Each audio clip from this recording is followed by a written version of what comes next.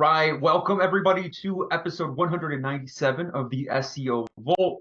We're back again bringing you the latest SEO news and updates that we think is most important for you to stay on top of. So today it's going to be myself and Mike Milas, and we've got some pretty exciting brand updates amongst other content that we're publishing out there for you guys. So as a quick reminder, make sure to hit like on this and share this with anybody that you work with in the industry or any of your friends that are SEO minded to any degree. And if you are looking for our content online, you can find us on SEOvault.com as well as podcast platforms. So be sure to use this across any of your preferred platforms there. So, okay, today we will be talking about some link building myths, something that's very important, and we got a lot of questions about regarding, all sorts of different campaigns that we come across. But we also want to go into the 4th of July sale. So today would be the 5th, actually. So today would be the last day for the sale. So if you have not gone ahead and purchased anything, definitely go ahead and check out the different incentives that we're offering. So something that's really brand new to this sale, we've never done this before. We're hosting a mastermind, and it's going to be very exclusive this time. There are not going to be tickets sold to this event. You're going to have to qualify for it by being one of the existing clients at Web20 Ranker. So if you are, looking for something that exclusive to where it's not just a slideshow presentation made for a big crowd, but something more workshop oriented, more tighter knit, then that's going to be something that you can definitely make use of and get a lot of value from for your agency. So it is going to be, we don't have a location, right, Mike? It's just going to be somewhere in Pennsylvania, right?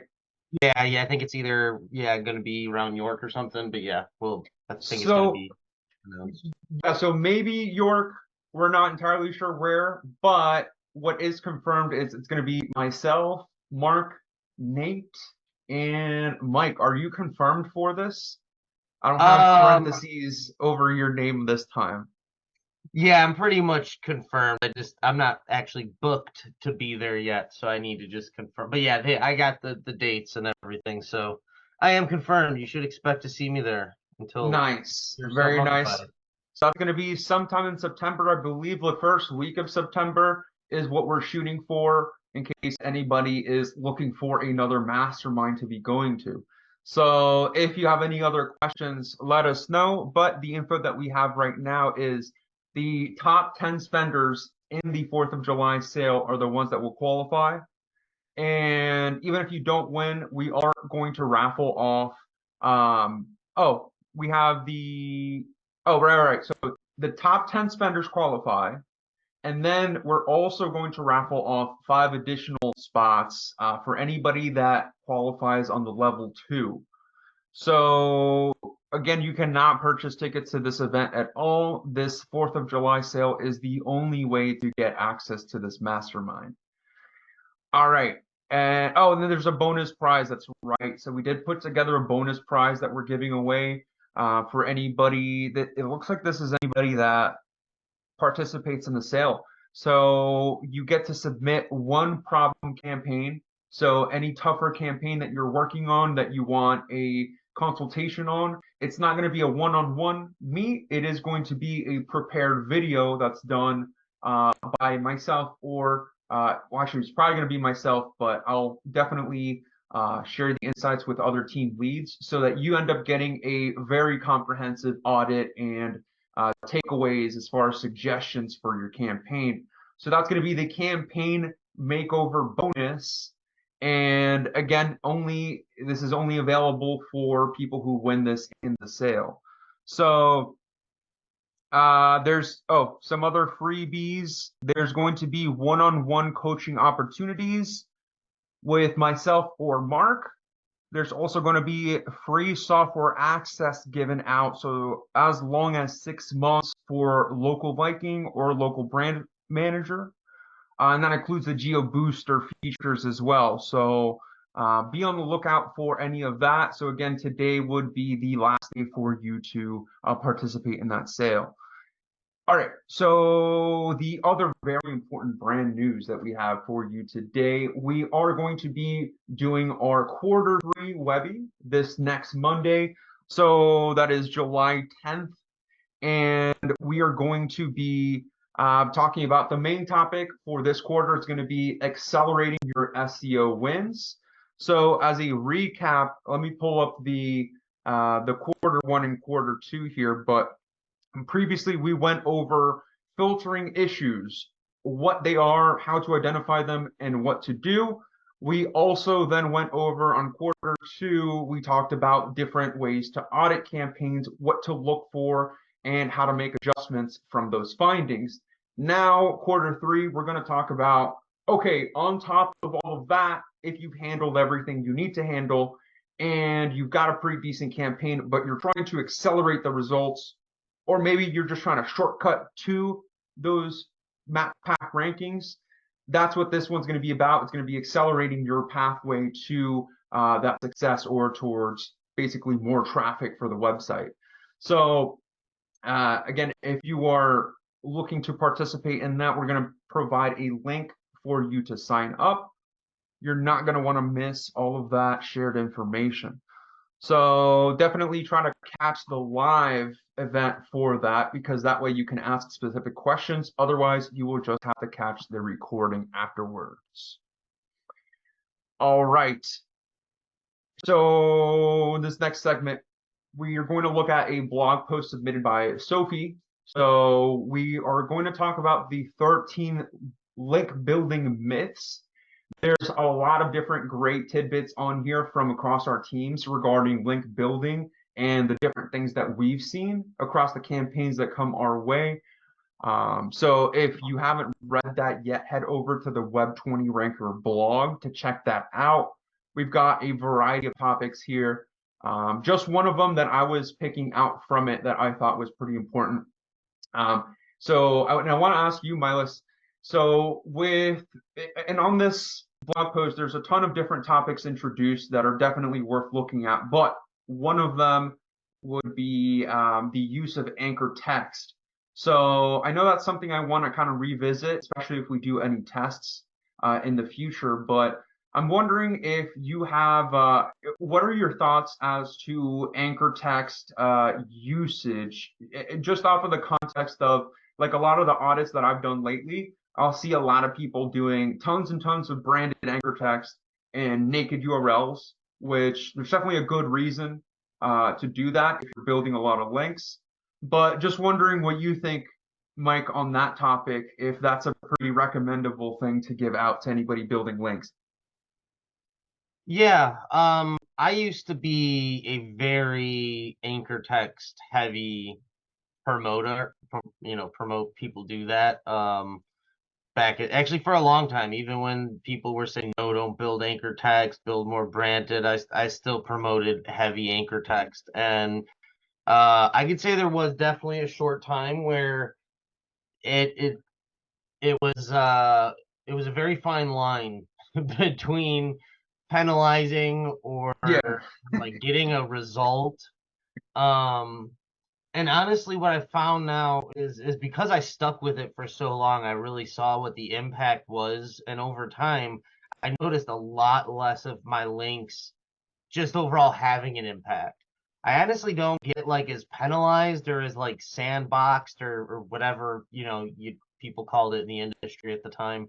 But the concept of building like an exact match too is just what you're considering is the most common search term.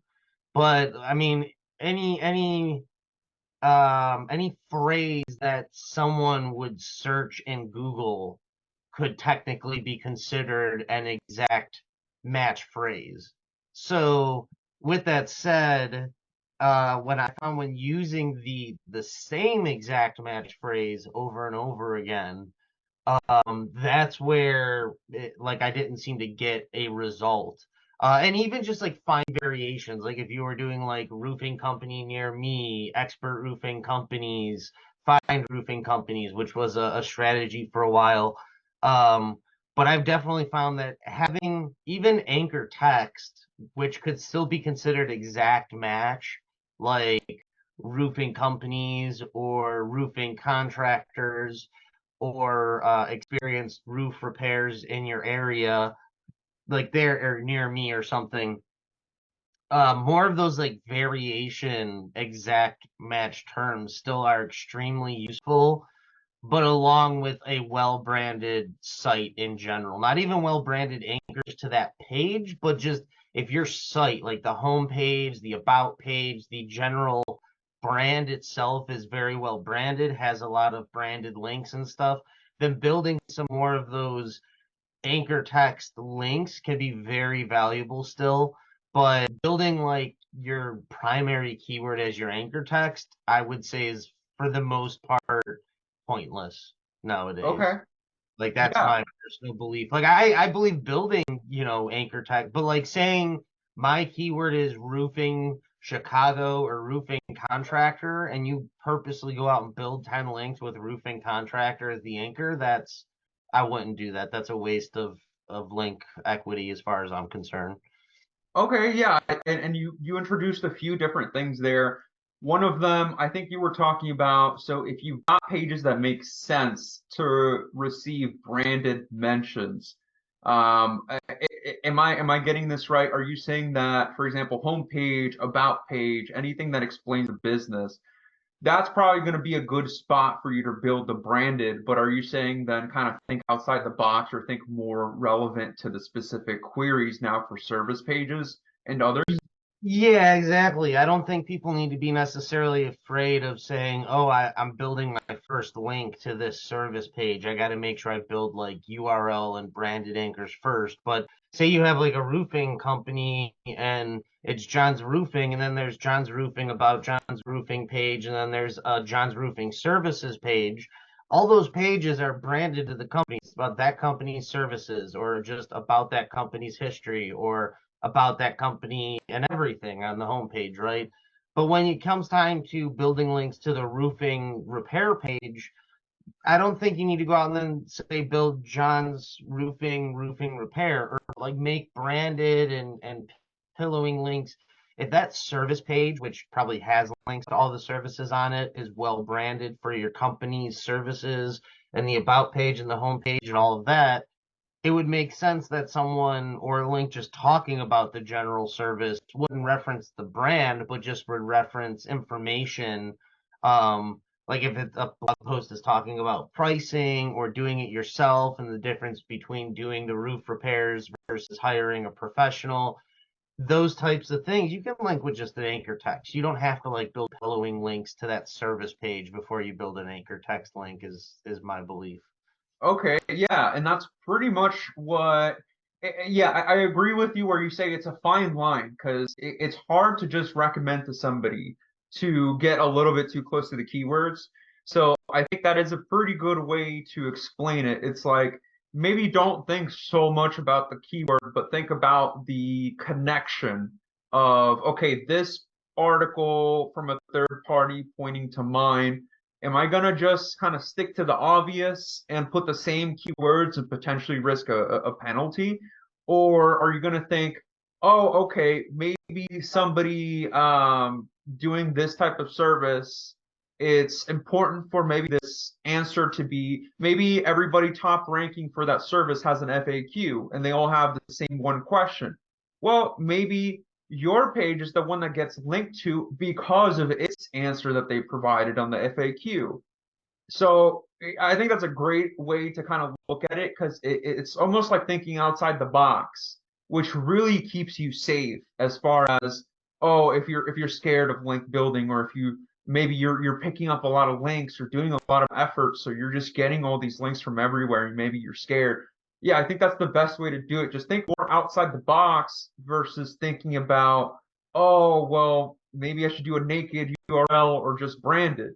Because I guess at the end of the day, Where I see what I see that I would say is like the worst effect is if you end up with, and what do you think about this, Mike? Because what if you have a website, it's very big as far as a lot of different service categories that they're offering, but the different service pages all have branded anchors built, or mentions using branded anchors. I guess I feel like that's weird because, okay, well, you have pages that are supposed to be representing the brand and talking about what all they're relevant for and what all they do. Then you also have pages that are very specific to a certain service, maybe even a specific city. So I don't know. I feel like that's a little bit confusing to try to understand which page are you supposed to serve for which query if all of these pages just kind of have naked URLs and branded, mentions across everything. Yeah, I mean, the truth is every page on your website is technically branded. It's on your website, it's your content. So the question isn't like should it be branded? It's the question is the brand relevant? Is the brand actually a part of this query? If someone's looking for, roof replacement quotes, they're looking for a roofing company, but they're not necessarily looking for your roofing company. They're not there's not a relevance between that and any Mm, one given company. yeah, So, and that's also why I've noticed, like, if you have exact match brand names, like your company is Roof Replacement Chicago, and it can cause some issues.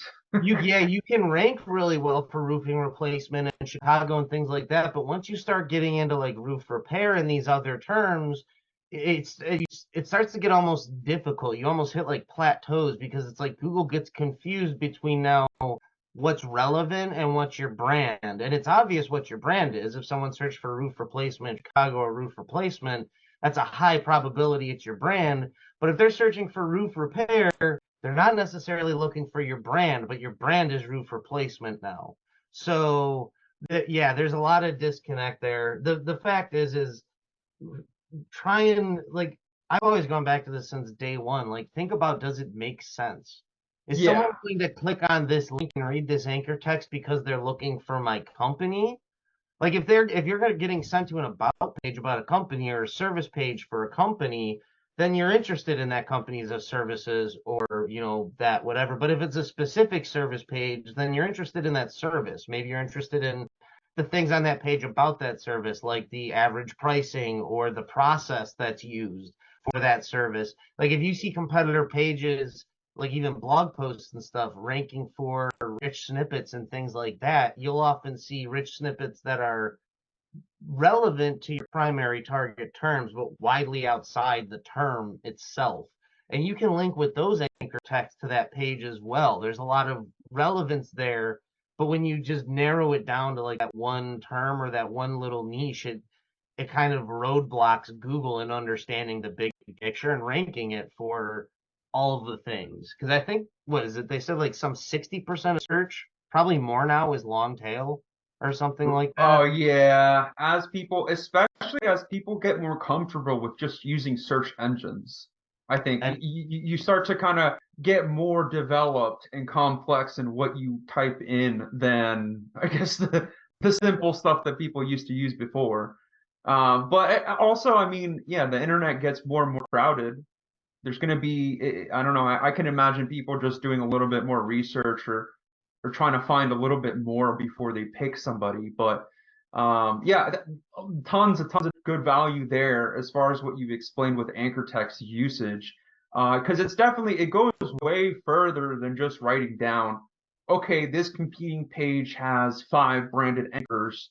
That doesn't mean that, you go to helpful articles that you're submitting and build branded anchors because I guess it doesn't make sense. Well, if you're reading the page and it just suddenly shifts from something really valuable to check out this business here so that I can build the link, you might break like the whole page there, or at least the paragraph. You might break the purpose of the page. You might now make that page and that domain look a little bit spammy because it's like, well, why did what's the reason for that page being there, for it to provide value to a reader or just for a mention? So that's one thing because it's like, oh, okay, well, the competitor's calling for 5 branded anchors. Well, I would say go a little bit deeper and check. okay, are those branded anchor text mentions coming from a guest blog post article, a link insertion, or are they coming from like a directory, like a premium directory site?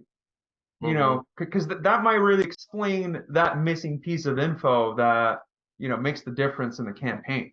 So, I Yeah, I used to do a lot of PBN links, and like high quality PBNs. Like I'd be spending $1,000 to $3,000 just on one site. So I was and the reason I loved PBNs is because I got to be very strategic with my links. It would drive me crazy when people would spend money and just like throw up like just blog posts, which I'm not against blog posts, but the way the content is structured is so important. For example, like you mentioned, building branded links. I would almost never build a branded link like contextually within content. There's almost very to little no ways that's ever relevant unless the content is literally about that it company. would have to be like the reviews, like top 10 business. It's a reviewer domain where they And rank different services. That makes yeah, sense. so I used to literally make up conferences, meetup. I used to make up events and awards and things like that, and post the companies that would win, like voted by our top executives, and then like list the top 10 roofing companies. Nine of them would be around the country. One of them would obviously be ours in the place we're trying to rank.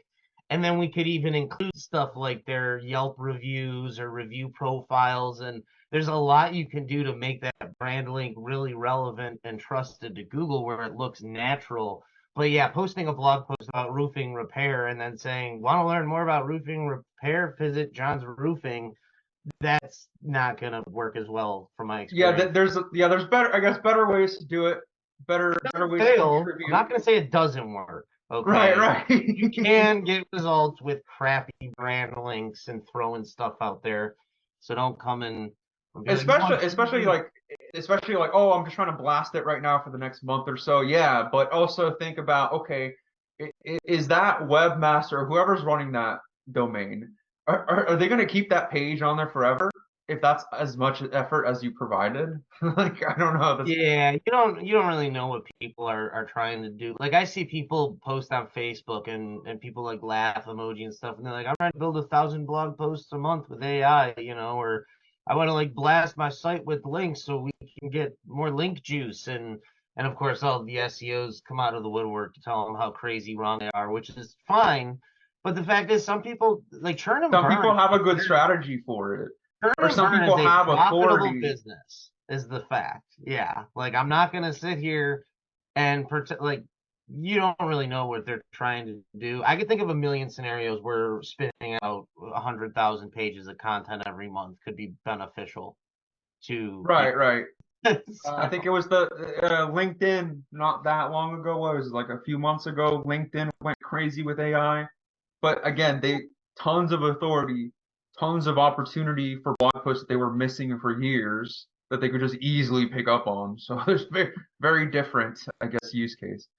But yeah, exactly. definitely check out that article from Sophie. Let us know your thoughts there. Ask you those link building myths. I'm definitely going to add a little bit regarding the anchor text section there, but definitely a great write up from the info that we already have. So, okay. Oh, and I'm on the wrong sheet here. All right, so let's get into the news. We have just three different picked out topics for you this week. Not too much crazy stuff going on.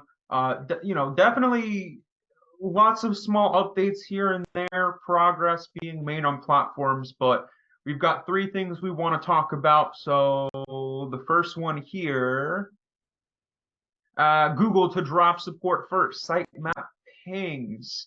Google announced it would end support for sitemap ping endpoints in 6 months because they are not very useful, and a vast majority of submissions lead to spam.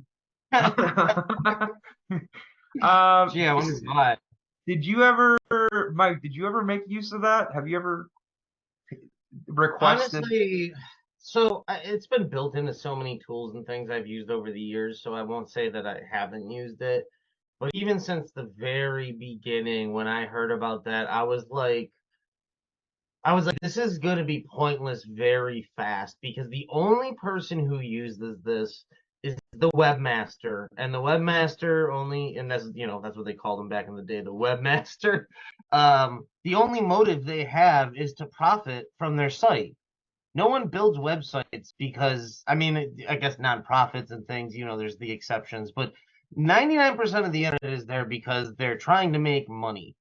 And when it comes to telling Google index this page or do this or do that, like, it was just very obvious that it seemed like the only reason you would want that is to leverage Google's search engine and get your stuff out there quicker, which at a time when Google had less power, maybe it gave them more, for news and things like that. But I saw that being a pointless feature. Like, I'm surprised Google still uses things like metadata at all, which will go away fairly soon. I'm betting what I've been saying for a while. But like the pinging thing, I'm surprised that's even here. I'm surprised Yeah, it wasn't gone years I, ago. I'm really surprised it's still here. I'm also surprised. I'm reading about how it looks like Bing used to also have support for anonymous sitemap submissions, which is interesting. Now, I mean, I'll submit the sitemaps to Google Search Console, but I've never used any of those tools that say like, oh, auto indexation, it just like pings every time you post. Yeah. I guess, yeah, the more time it goes by, I guess it doesn't really make sense. I'm also wondering how much it really costs them to allow us to request things like that, knowing that some people, misuse that. Uh, I know definitely, I'm sure you've seen Twitter started limiting its not even its API polls, but the amount of just things that What are people shown as see. a user. Yeah, that's funny. But that definitely brings up the topic of like I don't have it written down on here, but do you think that I've heard people say up to like 60% of internet users are just bots? Um, yeah, that could be. I mean, if you're counting all the accounts people use for, promotions and stuff like that, Well, social signal boosting and and I all was that. gonna say 60% of the web, not the deep web or dark web, like just the actual web. Yeah, I guess more so probably looking at like the mainstream surface web, like the top, I top mean, because top if it's 10, the let's if it's say. the deep web, then man, that's probably like 90% of like email and autoresponders and automation tools. But yeah, so I don't know. That might be a little high. But no, I mean those bots and automation, that's a lot. So yeah, I could believe that. I could be a million people with the right servers and APIs and things. So I definitely believe that. Um, I wouldn't be surprised either. Yeah, Google search and stuff. Google's got to have a hard time with the amount of just people just pinging their SERPs and things like that. Scraping SERPs and whatnot. So. Yeah, hopefully they don't get too crazy like Twitter got. But okay, so next one here, Google Ads may disapprove ads for using third-party click tracking. So Google has posted an update that says that it may disapprove some ads for those using third-party click tracking services not on their approved list. It says this currently only applies if you start using these click tracking services after August 28th. Kind of interesting. I'm like pulling up the approved list because I'm curious now how you would get approved on here, but I guess it's just a bit of a quality thing there. Now, I'm not a big ad person, so I guess I don't have too many thoughts about this one. I'm wondering if you have any websites with some sort of third-party ad platform on them or anything. No, I don't think so. Um, Well, definitely something to be careful of. If you've got any websites with ads on them, want to make sure that your software is actually on that approved vendor list. But I thought that was interesting. Um, okay, last one here for the news. Google Analytics. So as we now know, well, the deadline was supposed to already have happened, but if you log in, you can still see the Universal Analytics still collecting data. So on Saturday morning, many of us were surprised to see that Universal Analytics is still collecting data. Google says it takes some time for sites to be shut down. Oh, okay. So it looks like it's just going to take a while to actually start taking down that flowing data. So maybe a little bit of hope for whoever still has not migrated over. But it's pretty much that's the end of Universal Analytics. Yeah, get on it, people. I mean, I'm and tired of while you're hearing at about it, make sure your website is capable of it's mobile optimized as well. If you haven't done that already, it. make sure your Yeah, website is mobile optimized. make sure it loads on mobile devices. Yes, yeah. Get ready for that mobile first index, people. All right, all right. So that's it for the news. We do have two different questions here that were posted in the local client takeover group. So if you are not yet in that Facebook group, we are on the local client takeover group. And that is where we're posting most of our content, or at least like that's where we share everything that we do. So you're definitely going to want to get in there as soon as you can. That's where tons and tons of value are shared across our brands, but also across, I believe, like 30,000 or more users now. So check that out. Very active community for you to get value from. So we've got Karen Renee. Let me take a look at this. We have a website we are seeing more and more low-level DR0 links showing up on. Most of these links are to photos on the site, and it's definitely having an effect on our site rankings, she says. Is it some sort of a new competitor attack? If so, any suggestions on how to defend against it? I don't want to go and disavow all these sites because I'm not sure it will leave a huge hole in Google's graph, causing more damage. Not sure how to handle this one. All right, so I think we've covered something similar to this in the past, but regarding links towards images, I have seen that on some of the websites I've done, but I've never really taken uh, more, or I've never provided any more attention to them. Do you know what they're talking about there? Basically, spam links being built, but directly to the URL of the image file that's hosted on the website. Yeah, I've had some weird things with images before. I've also had people like embedding my image Right. on their site and like that's linking to it. Um, did they say that do they know that it's actually penalizing it or causing a problem? They're saying that they believe that it is causing damage to the rankings. We may have lost Mike there. Um, Oh, you're back. I mean, I yeah, sorry. I don't I would be surprised if it was causing damage to the rankings, to be honest. Sorry, my internet's a little shaky. It looks like it's cutting in and out a little. You're fine. We were able to get that Um, response. So, oh, there are you yeah, back there? yeah. I don't think it is that big of a deal, to be honest. I would dig more. That's my two Yeah, yeah, cents. that's gonna be my response as well. I would say dig a little bit further first to try to see if there's anything else causing the drops. I've definitely been in at least a few situations where it like info was presented to us, even from previous marketers saying, yeah, we're pretty sure this is causing a drop. And then it ends up being like not true at all. Like once you fix it, you know, whatever you do and end up changing it, it's not actually the root cause. So I would say dig a little bit deeper and see if you dropped off on any previous mentions that you had. And obviously identify if there's any major like structural issues that happened, anything that maybe like a plugin that broke that might have caused it.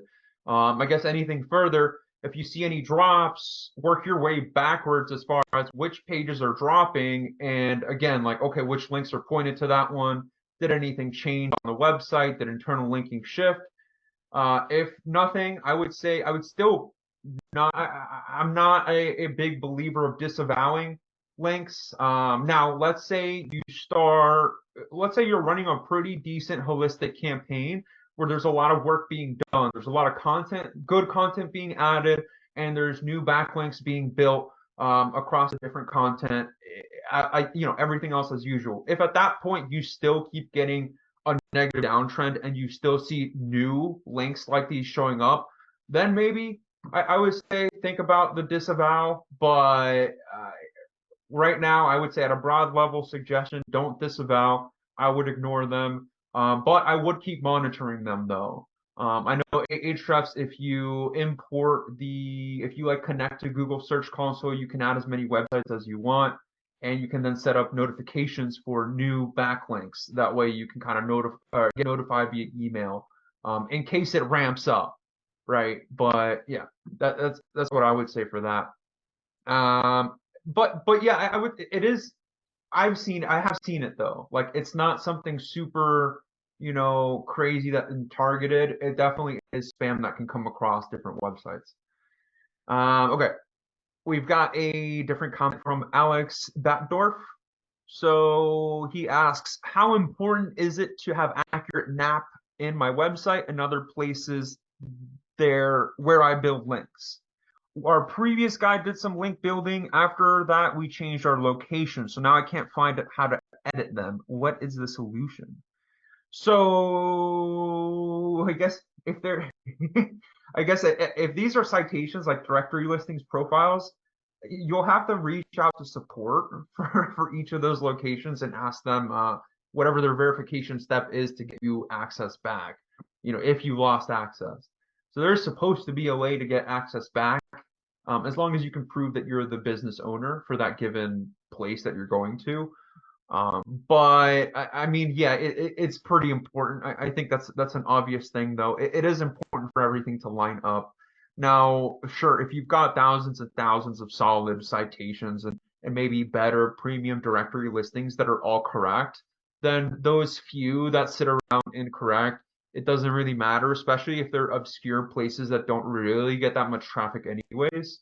If it's something like Yelp, Facebook, LinkedIn, those top level or any premium listing, that's for sure you're going to want to, I guess, put efforts into or even worry about fixing that.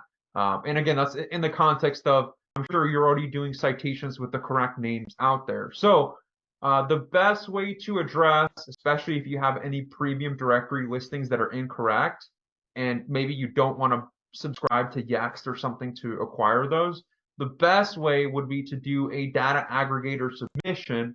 And at Web20 Ranker, you can do that as a one-time service for a pretty affordable price. But if you put the correct information to the authorities, the data aggregators, then that's a good way to try and overwrite any other locations. So those are my thoughts there. But I guess at the end of the day, yeah, like the best way to update an incorrect place is to, if you don't have access to the account, do whatever verification they do to get access to that account again. We actually have a third one here from Justin Haas. So this is regarding link building. Do you use only one single link per post, or do you use multiple links? I'm talking about our main contextual article style link assets for our money site and or primary tier 1 links. So stuff like Facebook page, stuff like Twitter, WordPress, Blogger, other Web 2.0s. He says, I've been using at least 2 to 3 articles in case one of those links gets deleted. Twitter got suspended, Blogger or WordPress gets deleted, etc. I still have at least 1, if not 2 other links, so that the post isn't a total waste of resources. So I'm trying to think, are they talking about having multiple of the same social profile or just posting multiple times on Web 2.0 properties? But to finish their comment, I'm thinking of also incorporating at least one redirect that I have control over so I can swap them out. Interesting. That said, multiple links is going to split the juice between them to some degree, but it's all going to the same point anyways. I'm thinking about the benefits of branding, establishing the entity, and co-citation / occurrence type factors for Google by having your properties interlinked like that. So I would say on that last point, yes, I think it's a really good idea to kind of cross-reference all the different points that you're optimizing, especially if you're doing something like a brand document, like you do some type of a profile that allows you to put a lot of information and link to other things, um, or even embed videos. Anything like that, I would say for sure you're going to get benefits, the benefit of co-occurrence and all of that when you connect everything. I think, okay, so if you're asking about the social profiles, I wouldn't do multiple accounts for the one business because that would kind of dilute the brand and make things confusing. Now, if you're asking, oh, well, what if I do third party Twitter accounts to link upwards to that one? I think at that point, and that goes along with the other thought of if you're doing a Web 2.0 property, should you do multiple pages to build links versus just one? I think it's going to depend on the quality as far as if you're doing multiple social profiles. Obviously, if you use the same number to verify all those accounts, they're probably going to get deleted. But on the side of a Web 2.0 property, if you're going to build one, I would say definitely go and add to it. I know at Web 20 Ranker, you can certainly order the mini networks, either a geo network or a niche network, but a lot of them right now will be the one property and one or two pages on them. I would say that's a good start, but if you're going to run your own strategy with this, definitely look towards maybe a few solid properties that you do more pages to. And I'm going to go along the thoughts of, okay, well, if I want to build the entity that is powering up my brand, and maybe there's multiple entities, but if I'm trying to build up that entity, I do want to provide a solid foundation for it the same way that I would provide for the main business I'm working on. So that's just going to come down to a variety of articles, not just one or two to build links from. And why? Well, that given property, I want to, if it's not actually going to end up getting traffic, I guess the thought is I'm trying to position it to have good enough quality for it to be able to maintain its own traffic, its own rankings if it had to. But I hope that kind of gives you feedback there, Mike. I don't know if you want to add to all of that. I mean, you covered that pretty well. I want to, yeah, I'm just gonna run with what you said there, Victor. Okay, Nothing good to thanks. add.